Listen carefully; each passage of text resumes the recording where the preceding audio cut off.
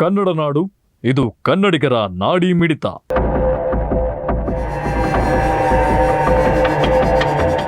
ರಾಜ್ಯದಲ್ಲಿ ಕಳೆದ ಒಂದು ವಾರದಿಂದ ಸೌಜನ್ಯ ಪ್ರಕರಣದ ಕುರಿತಾದ ಯೂಟ್ಯೂಬ್ ವಿಡಿಯೋವೊಂದು ಸಂಚಲನ ಮೂಡಿಸಿದೆ. ಈಗ ಮಹತ್ವದ ಬೆಳವಣಿಗೆಯೊಂದರಲ್ಲಿ ಆ ವಿಡಿಯೋ ಮಾಡಿದ್ದ ಸಮೀರ್ ವಿರುದ್ಧ ಬಳ್ಳಾರಿ ನಗರದ ಕೌಲ್ ಬಜಾರ್ ಪೊಲೀಸ್ ಠಾಣೆಯ ಪೊಲೀಸರು ಸ್ವಯಂ ಪ್ರೇರಿತವಾಗಿ ದೂರು ದಾಖಲಿಸಿಕೊಂಡಿದ್ದಾರೆ.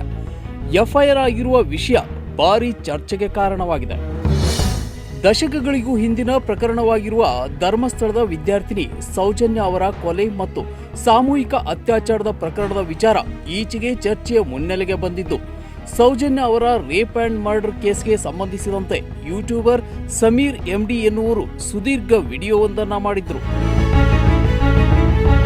ಧರ್ಮಸ್ಥಳ ಹಾಗೂ ಧರ್ಮಾಧಿಕಾರಿ ಮೇಲೆ ಧಾರ್ಮಿಕ ಭಾವನೆ, ಸಾರ್ವಜನಿಕರ ಧಾರ್ಮಿಕ ಭಾವನೆಗೆ ಧಕ್ಕೆಯಾಗುವ ರೀತಿಯಲ್ಲಿ ವಿಡಿಯೋ ಮಾಡಿರುವ ಆರೋಪ ಕೇಳಿಬಂದಿದ್ದು, ಈ ಅಂಶಗಳನ್ನು ಸಮೀರ್ ವಿರುದ್ಧ ದಾಖಲಿಸಲಾಗಿರುವ ಎಫ್ಐಆರ್ನಲ್ಲಿ ಉಲ್ಲೇಖ ಮಾಡಲಾಗಿದೆ.